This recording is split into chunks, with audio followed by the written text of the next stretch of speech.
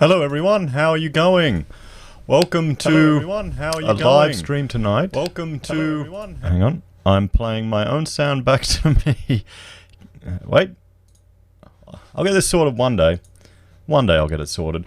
I've got my stein of coffee, and I thought tonight we'd listen to the speech by our Reserve Bank Governor at the Darwin Community Dinner following his announcement of the interest rate cuts, because it's been making its way in the media and they've been saying a few type of things. And frankly, if I'm going to have to suffer through this, it's going to be more entertaining if a bunch of you join me and you get your shines of coffee together and we discuss it.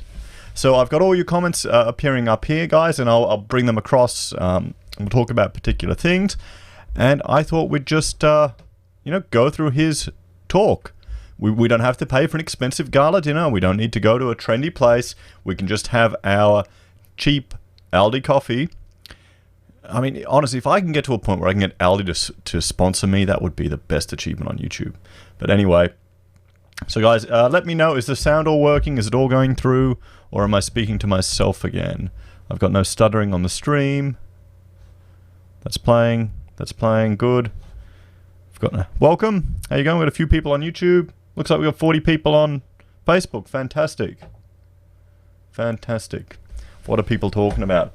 Pubs decided to send me 50 cents, it appears. That's great. Thanks, Dan. Streams are good. Pub has said, please let him sound like Scrooge McDuck. Now, the reason he's saying that is because I sent him a message today that I actually listened to a part of this this speech, and his voice is exactly like I sound. Mr. E, I was here first. What do I win? We will allow Hong Kong to come back into the empire, into the Commonwealth, officially. Okay? Yep. Aldi is too cheap to sponsor, Anita is saying. Yep. Yeah, that's it. Omnipotent peace man. It is a speech. Yes, it's a speech. It's not that exciting, guys. It's not that exciting. But mate, Mr. E, how's it going in Hong Kong there? It's pretty violent what's going on. If they're going into Parliament and putting the flag up, it's sounding bad. I loved Hong Kong when I was there. It was a beautiful city. Everyone should get there. Well, you still have the chance, honestly. $150 a plate. It's just another meal in your guts that's going to pass out at the end. Have you ever noticed some of the real trend? I don't know. I went to Cha Cha here in Brisbane, a real expensive restaurant. I think the Premier was in the other room when I was there. I went with all these rich people from the Brizzy Club. And I mean, you're talking the same shit with the blokes, no matter how much money they have, when you got a bit of piss in you, and it's just interesting. Some of them complain about not getting laid enough, which I thought was pretty sad. I mean, you're a bloody millionaire and you're not getting laid. But I just remember the wanky waiter about this really aged beef, and I can buy better myself now and cook it better myself now that we're on this diet and we know good butchers. It's just, it puts it all in perspective. Okay, guys, so about to get ready. Let's have a listen. Now, here we go. And what do you reckon he's going to sound like? He sounds like a typical accountant. Ladies and gentlemen, I also want to extend a very warm welcome to you all to this community dinner with Reserve Bank Board and its senior staff. This is the first time I've had the privilege of giving a speech outdoors in front of the TV cameras, and such a fantastic location. It's a real privilege. Donna, I would like to thank you for your very warm welcome. It's fabulous to be able to visit your country, and it's a privilege to be able to visit, and I look forward to return visits in the future. Now, for foreigners that don't understand that, he hasn't actually left Australia. He hasn't left Australia. He's gone to Darwin, but with regards to different Indigenous organisations or tribes, they have their own little countries in Australia, and at all of these government events, they'll have a welcome to country, and I'm a bit cynical about the whole thing because, you know, you kind of make money doing it. But yeah, that's what it is. That's why you'll see a lot of these things here in Australia. They have the welcome to country thing. Chief Minister, thank you for your words of welcome. Also, thank you for hosting the Reserve Bank Board today at the Northern Territory Parliament building. It was an honour for us to be able to use your building there, particularly on such a historic day with interest rates, which I'll talk about in a moment. The last time the Reserve Bank Board met in Darwin was more than 50 years ago. And I'm sure you'd all agree that's too long. And I can promise you, you're going to be seeing more of us over the coming years. This weather's going to bring us back, even if the economics doesn't. Thanks, Hand. This evening I'd like to talk a little about the Reserve Bank's history in the Northern Territory and how things have changed over time, and then talk a bit about today's interest rate decision. I think you're right there, Mr. E. The previous board meeting in Darwin... Is his voice too loud if I were to talk over it, or should I put it down a bit, guys? Because, or I'll just pause. ...was held back on the 5th of June 1968. On that occasion, the board met here to celebrate the opening of our new branch office on Bennett Street. We operated out of that building for 30 years, distributing banknotes around the Northern Territory and providing banking services to the Northern Territory government. But beyond that, many of you might know that our building on Bennett Street has played an important role in Darwin's history. It was one of the very few buildings that survived unscathed the fury of Cyclone Tracy. Well, okay, John. Are we doing a drinking game, guys? I don't have a turn his voice up. Yep. I'll put that up. I'll put that up there. Let me know how that goes. Are we doing a drinking game every time he says reasonable? That you're going to take a shot? I only have coffee. So yeah. Let me know how that goes, Rob.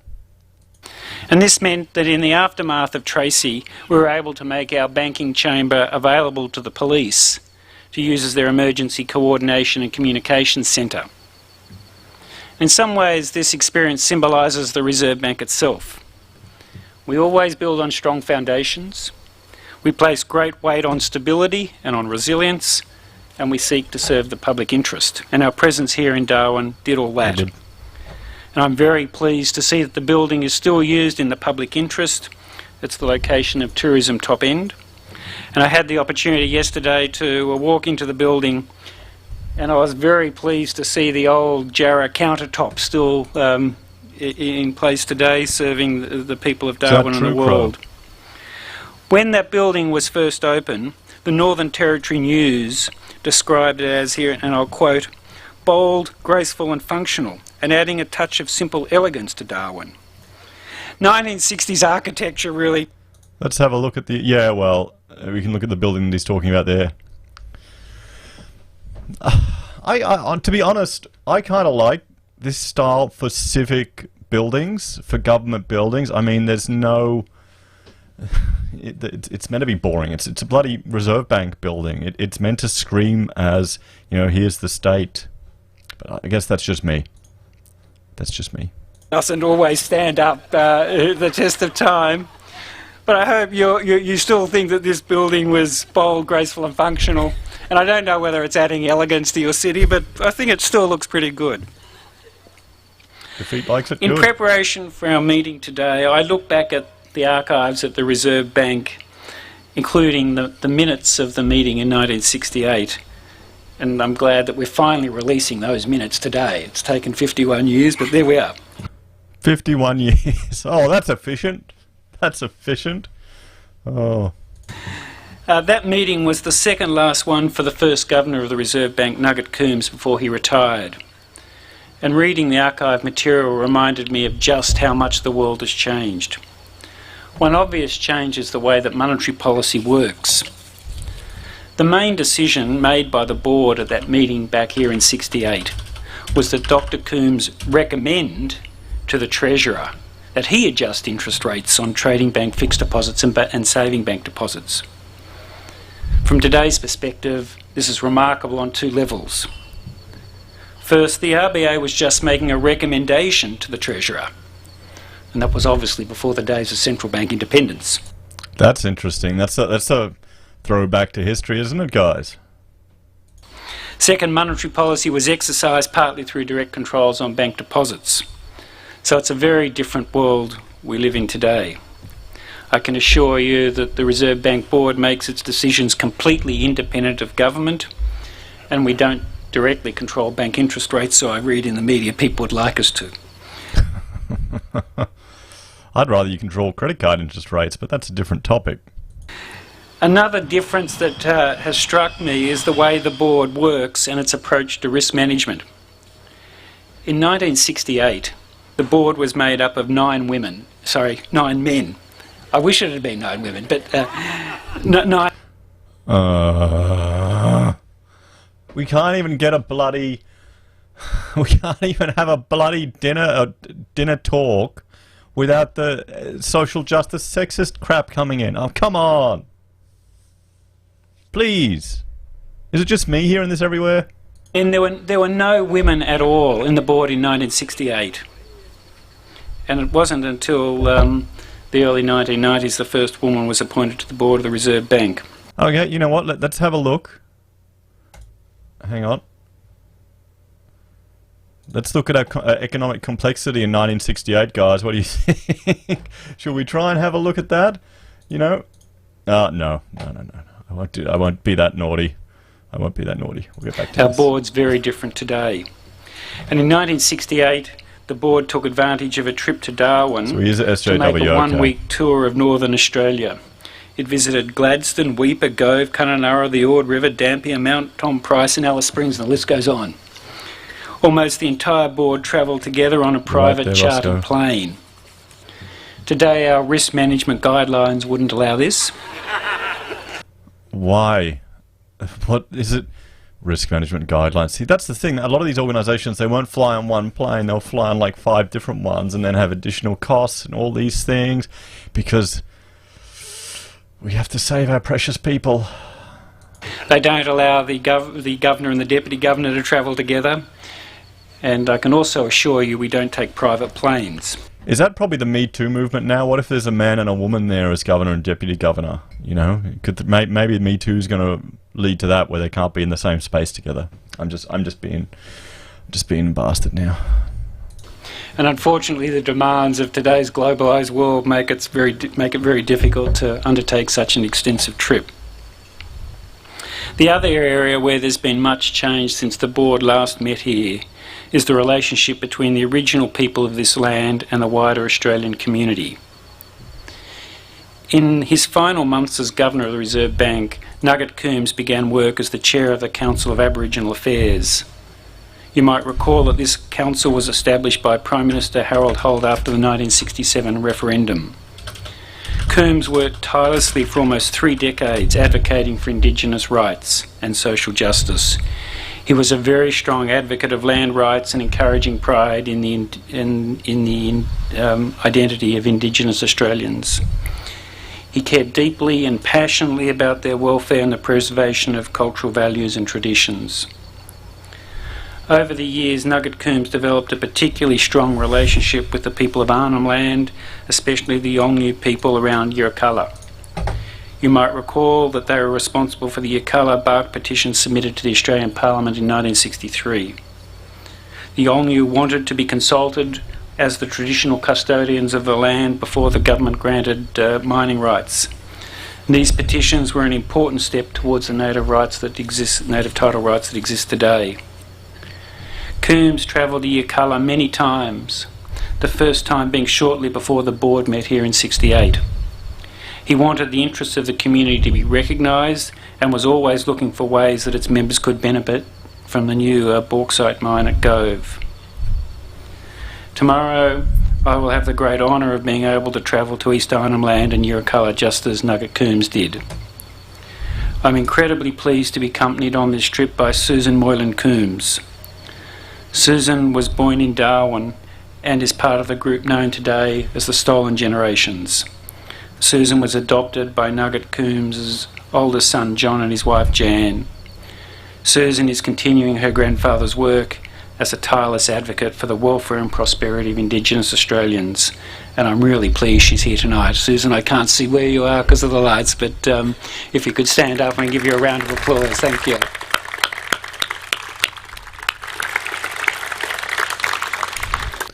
Well, this guy seems like an interesting gentleman. I haven't heard about him at all, to be honest. I think I'll look into him a bit more. Seeing as to the legacy that he's apparently left on our Reserve Bank. Links to Judith Wright.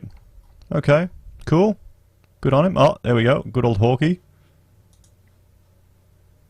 We'll be accompanied on this trip by two members of the Reserve Bank Board, Phil Gaetjens, who's the Secretary to the Australian Treasury, and Catherine Tanner, who's also Chief Executive of Energy Australia. And we're greatly looking forward to this trip. We want to pay our respects to the traditional owners of the land and to learn from their wisdom. We will also unveil a plaque to Nugget Coombs, whose ashes are buried both at Yirrkala and at the Australian National University in Canberra, which he helped found in 1946. And I'm hopeful that our visit will help found the university. Bloody hell. I wonder if, you know, and look at the social justice he did. Going out there and actually doing something compared to our other social justice warriors these days. Oh boy. help keep alive the long relationship between the RBA and the people of East Arnhem Land. Now, if I turn back to today's meeting, we had a thorough discussion of the Northern Territory economy. We discussed the difficulties that you've faced as investment has fallen following the completion of the LNG plant. The effects of this decline in investment are felt right across your economy. We can see it in the housing market, in retail spending, in the labour market and in public finances. Cool. As we reviewed the indicators, though, we were struck by the fluidity of the labour market here and the fluidity of population as well. This fluidity can be seen in the fact that the unemployment in the Northern Territory remains below the national rate, despite employment falling significantly over the past year. At our board meeting, we also discussed the future opportunities facing the Northern Territory, including the areas of space, power generation, defence infrastructure, tourism, the cattle industry and the gas industry. So there are a wide range of areas where the outlook looks positive for the Northern Territory. In addition, we discussed the progress that has been made in addressing the sources of disadvantage for Indigenous Australians.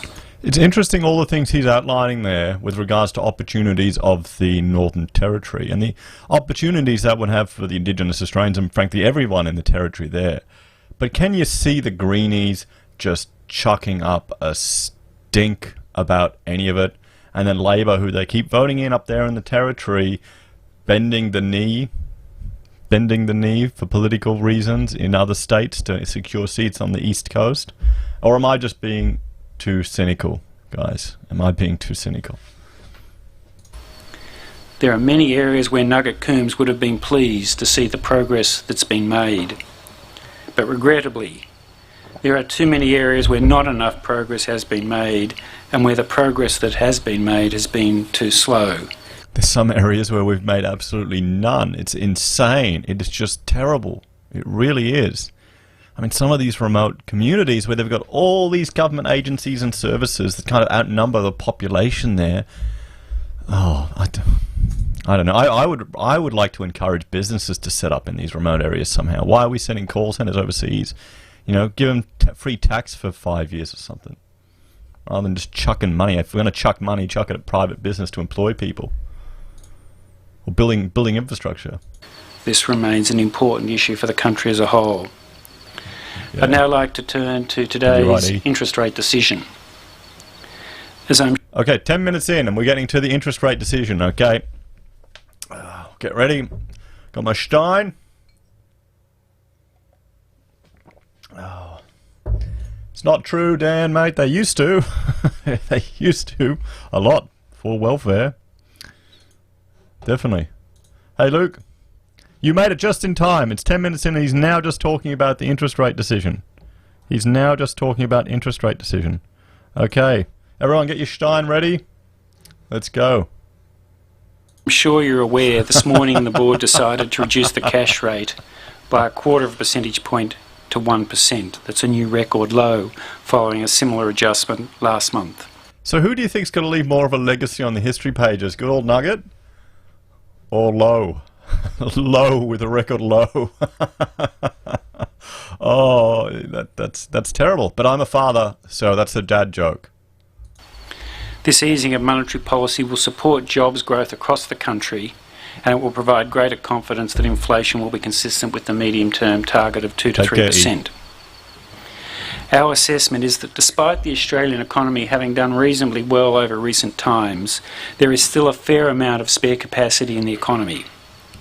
And it's both possible and desirable to reduce that spare capacity.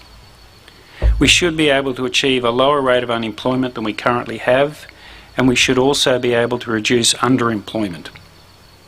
And if as a country we can do this, we could expect a further lift in wages growth and stronger growth in household incomes, and these would be good outcomes. As I hope you're aware, the Reserve Bank's monetary policy framework is centred on an inflation target, but the ultimate objective of our policies is to promote the collective economic prosperity of the people of Australia.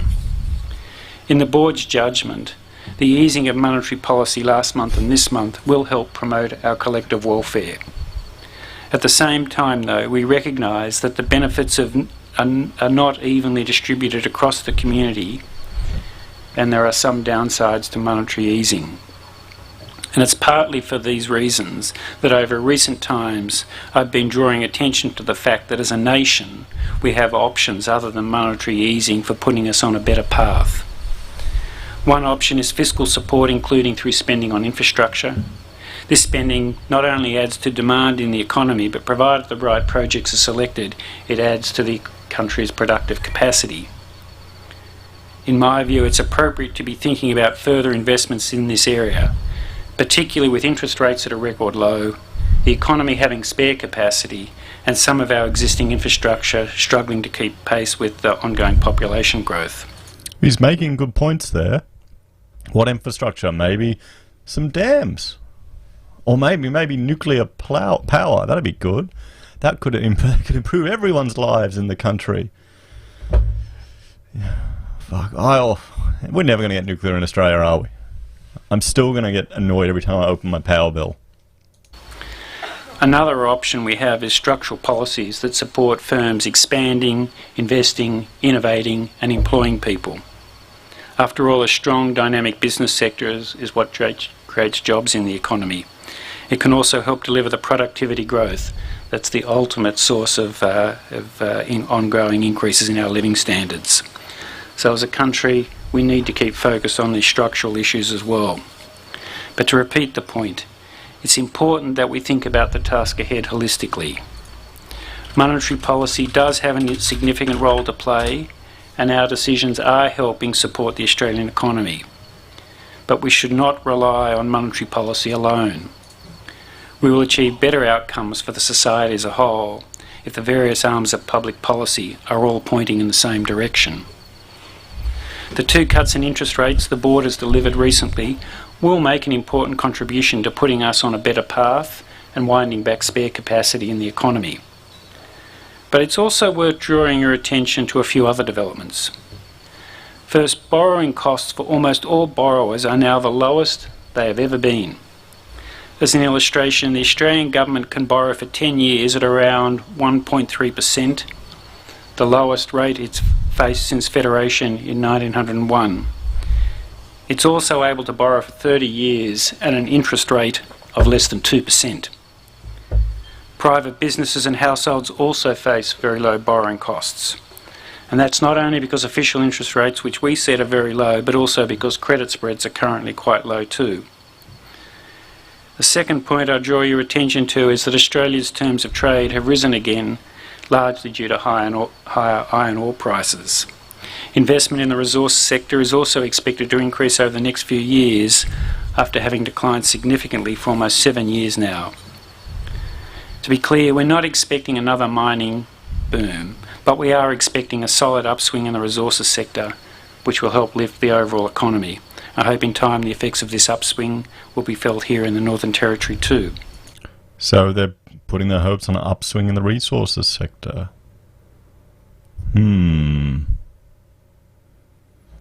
Okay. The third point is the exchange rate has depreciated over the past couple of years, and on a trade-weighted basis is at the bottom end of the range of recent times. So I'll bring that up. You can see here on their website. We've got the exchange rate right now is at 69.98, and the TWI, trade weighted index, is at 60.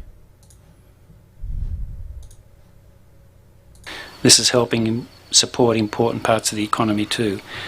And fourth, we're expecting stronger growth in household disposable income over the next couple of years, partly due to an expected implementation of the low and middle income tax offsets, which are yet to get through the Parliament. Stronger growth in incomes would support household spending and the overall economy. So together, these various developments will assist our economy. At the same time, though, we need to watch global developments very closely. Over recent times, the uncertainty generated by the trade and technology disputes between the US and China have made businesses right around the world nervous about investing. Many are preferring simply to sit on their hands rather than to commit to capital spending that's difficult and costly to reverse. The result has been less international trade and a weakening trend in investment globally. If this continues for too much longer, the effects on global economic growth are likely to be significant, and for this reason the risks to the global economy unfortunately remain tilted to the downside. The combination of these persistent downside risks and the continuing low rates of inflation globally have led investors right around the world to expect interest rate reductions by all the world's major central banks. In Europe and Japan, official interest rates are already negative, but investors are expecting the central banks there to go further into negative territory. And I think someone left a comment on one of my BitChute videos that like 10 or something number of reserve banks were negative in Europe. Just an insane number. An insane number. I think Thomas asked a question about the business borrowing rate. The cash rate is at 1%, so I'm assuming that that would influence the business borrowing rate. I don't have any business loans at the moment, so I can't tell you. United States, investors are expecting a substantial reduction in interest rates over the period ahead. This is quite a different world from the one we were facing earlier in the year. What all this means for us here in Australia is yet to be determined. We need to remember, though, that the central scenario for both the global and Australian economies is still for reasonable growth, low unemployment. Oh, did you hear that, guys? We've got a reasonable, okay. Everyone get your stein. Cheers. Reasonable growth. Philip, reasonable low. Low and stable inflation. And as I've just discussed, there are a number of developments that are providing support for the Australian economy. So we will be closely monitoring how things evolve over coming months. But given the circumstances we face, the board is prepared to adjust interest rates again if needed to get us closer to full employment and achieve the inflation target in a way that supports the collective welfare of all Australians, including those who live here in the Northern Territory. Once again, thank you for joining us this evening and for listening. I hope you enjoy the rest of the evening and enjoy the conversation around your tables, and we'll be back before 51 years. Thank you. Good night. Okay, guys, that was his speech. And Christoph asked how I access BitChute. I can show you. I just type it into here, and it appears. Because I'm not using Telstra for my ISP at home, so it works, no problem. Although I find it is a bit slow compared to some of the other platforms. I should also, while I have you all here, I'm actually on UGE Tube as well, and this is the Utah Gun Exchange, and you know, I've started to put some stuff up there. This is another free speech platform, and I think it's full of gun people in America. Pubs telling you how to change your DNS. So that's another way to get around it, guys. So what do you all reckon? I mean, there's no real surprises there from what he's saying. You know, looking at government spending, really trying to encourage infrastructure spending. It'll be interesting to see the range of senators we have now in Parliament, to see if they can kind of steer the government towards that. I don't know if I don't know. I think consumer spending is, or consumer confidence is so low at the moment. I don't know if the interest rate cuts are going to have the effect that they want, all on business. Why is everyone talking about Telstra? What's going on? Oh, you're all bitching about the BitChute. Yeah, well, you know, that's it. Star to Sea arranging the deck chairs on the Titanic. Yeah, probably. But at least, you know, now we've got more women on the board, and he's going to Tasmania. Isn't that good? Isn't that good? Svarts loves free speech and guns. Very good. That's great.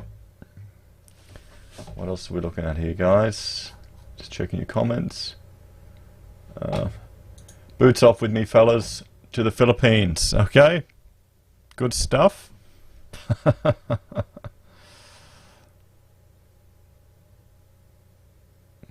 So why is Tassie going to solve our economy, guys? What's going on down there? We're going to wood chip the forests? Is that how we're going to do it? So, you know, thank you all for joining me for this. I just thought it would be much more bearable doing this as a live stream and talking to you all. Buy gold and hang on to it. Yes, I'm going to look at that. I'm going to chuck a bit of money in gold and do a video in different ways how to do it. Pub test. How much did that 10-minute speech cost us? Well, it was 17 minutes. I hope, well, it's the RBA. You think they'd make a profit. Oh, I don't know, mate. I don't want to know, to be honest. I don't want to know. I mean, Darwin Community Dinner. This is his slide. I only have one slide. Not much of a presentation, was it? Rob Smith, it's priceless. Yeah, that's it. MasterCard sponsored it. They sponsored it. You think he could get sponsorship from someone. Nico, thank you very much. Thanks for joining.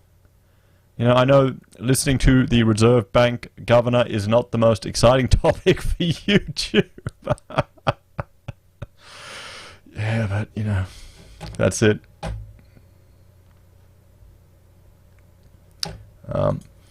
Don't buy online, buy under the Austrac rate being 10 grams.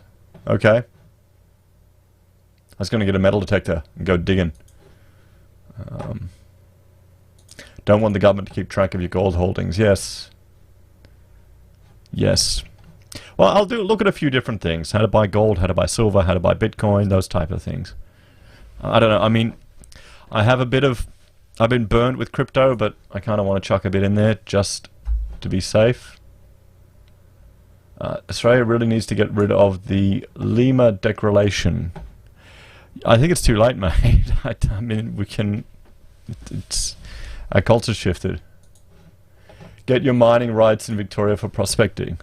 Didn't they just increase the tax up there? Maybe I should. Maybe I should. You know, go down to Vic with the kids, go mining. Here we go, log into your router. Ollie, more on gold and silver. Yep, sure, mate. Give me time. I'm talking to some other subs who've done this, who are all onto it. All onto it. Pundy X, my friend. Is that a crypto? I'll have to look. I like Ethereum, honestly. I like...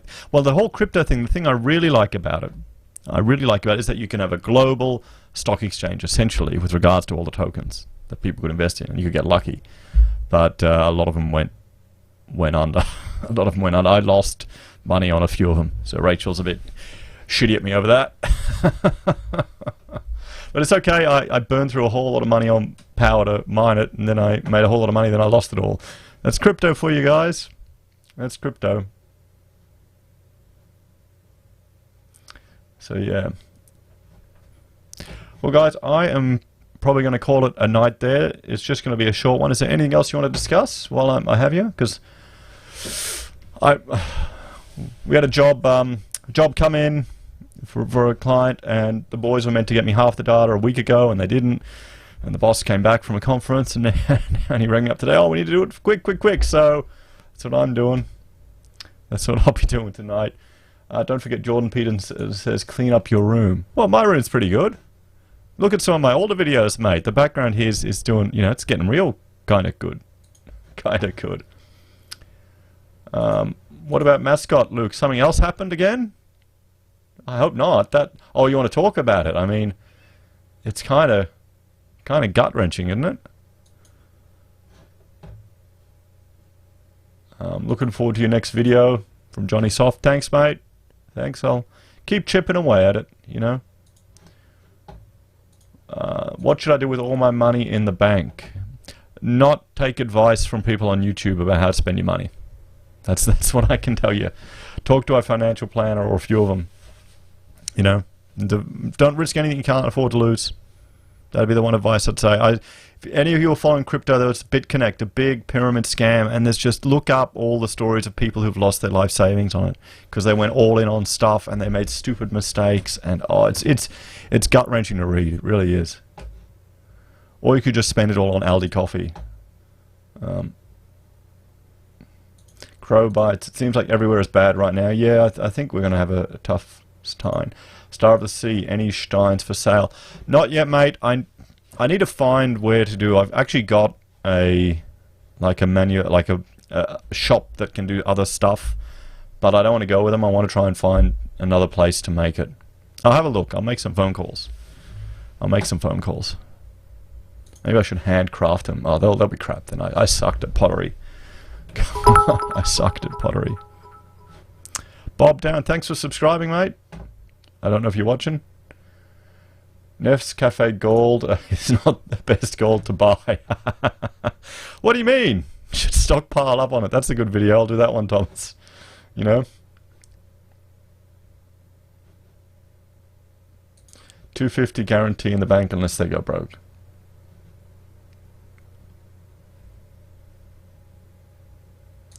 Johnny Soft Gold, although you want to buy less than 10 grand. Gets OzTrack.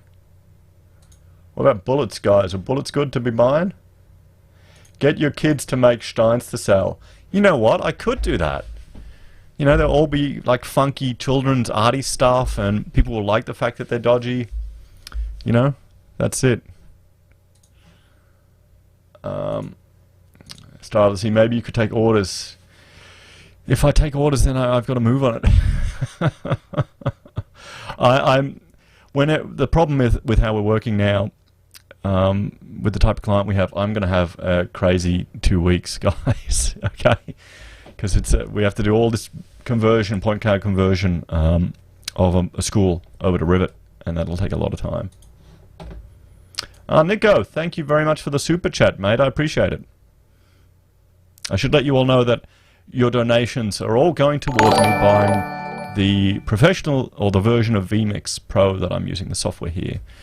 And I've got a few projects, and I want to try and get some other guests on for other things to talk about, just to keep it interesting and varied, but they take a bit of time. 49 people watching, so 49 steins will be needed. Maybe I should do a Kickstarter, guys, do a whole stein pack or something.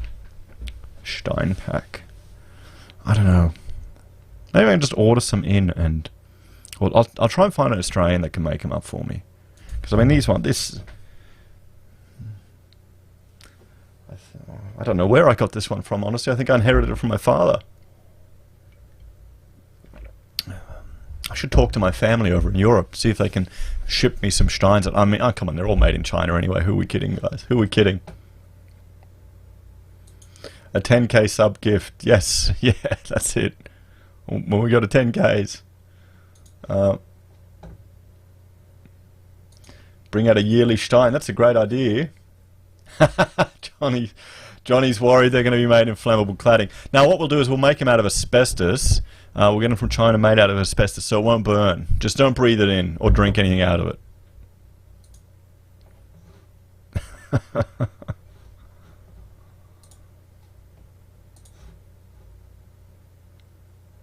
I'll have to, well, if anyone knows anyone who manufactures products. I mean, I never kind of did that crap, you know?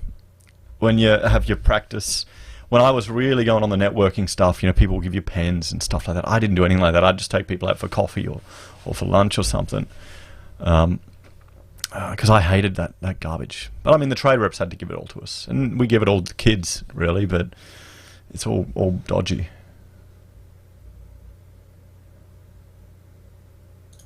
Minterby Steins. I heard an update about Minterby that I think it's been extended till October 1. But it's hard to find anything else out about that. Steins made out of artillery shell casings. Yeah, why not? You know? And you get different ones. We'll get from different battles around Europe. You know, maybe some from the Eastern Front, good ones, maybe, you know. An extra if you took out like a T-80 or something. No, not T-80, you know what I mean. A T-30 or one of the old tanks. Yeah, shells. How many spoons in a stein? Are you talking about spoons of coffee? I think 2 tablespoons I usually add. I've got my little 2-year-old Josephine, who I think you saw in a video now. She's just turned 2, and she's learning how to make steins. No problem, Paul. Thanks for joining. Just rambling now, having a bit of a chat. You know, I mean, honestly, this is the first time I've ever heard a speech from the Governor General, so this makes it more interesting. And really, there's more of you to talk to here than if I were to go to one of these events. I mean, you know, you go to one of like a property council event or anything like this, you talk to 2 or 3 people. We need T-shirts with a pic of a stein with eyes of a PM. Okay. Yeah, maybe I'll do an art contest, hey? Hey, no, you can't beat a good stein.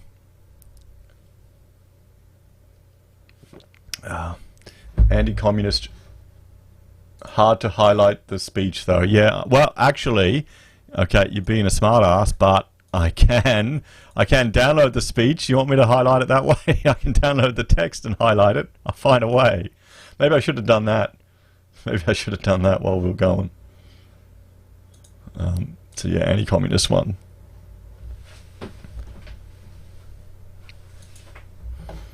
So we'll see what happens. Here we go. Harndorf SA is a German-themed tourist town. Saw steins on sale there. Good place to start looking. Yes, but they'd all be made overseas. All of them. You get some really good salami down there in South Australia. Well, a lot of Germans went down there, didn't they? And my mother worked in a Austrian cuckoo clock shop on the Gold Coast because she's Austrian, and so she wore the authentic dress. And all of them, they were sold for thousands of dollars to. They were all sold for $1,000 to a lot of Japanese tourists, and they were garbage. They were just rubbish, all made overseas. I mean, what do we make in Australia, guys? Okay, you need a dome top lid option. Okay, I'll look at that pub. I'll see. What do I have?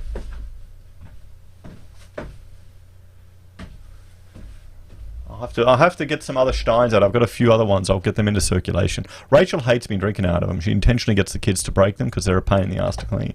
So I've got a few. These ones they've fallen. There's 2 of them like this. They've fallen on the ground so many times.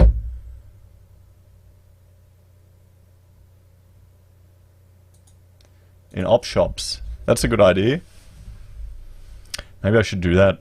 I watch a YouTuber called Lazy Game Reviews, LGR, and he does op shop runs for computer parts. Maybe I'll start doing Heiser Says episodes where I do op shop runs to collect steins. I'm joking, but you know, actually that might not be such bad content, to be honest. I think it'd be funny to watch. It'd be funny to watch. I should just do it as a joke.